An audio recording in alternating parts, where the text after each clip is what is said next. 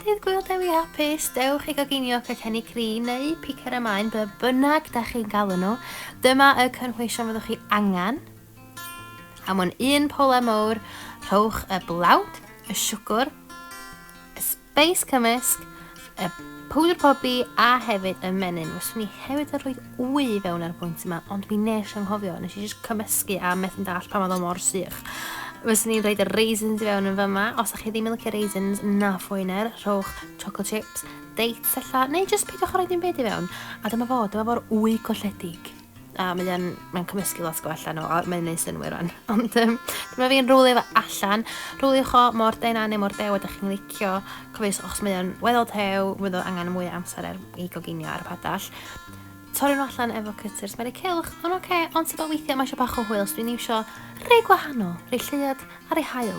Dwi'n gosod nhw ar y padall, cwpl o funudau ar pob ochr, dwi wedi llosgu'r un yna, tra'n peidio cwcio'r llall sydd yn ymyl o, mae un yn neidio allan o'r padall, a wedyn mae'n jyst yn mynd drwg i waith, so maen nhw'n edrych braidd yn nod. Ond ti'n gwybod be, maen nhw'n blasu yn lyflu, a mae angen roed icing sugar ar ben yn nhw, dim ots pwy sy'n deud fel arall. A cofiwch, mae eisiau joio nhw tra maen nhw dal yn gynas. Dydd Gwyl Dewi hapus!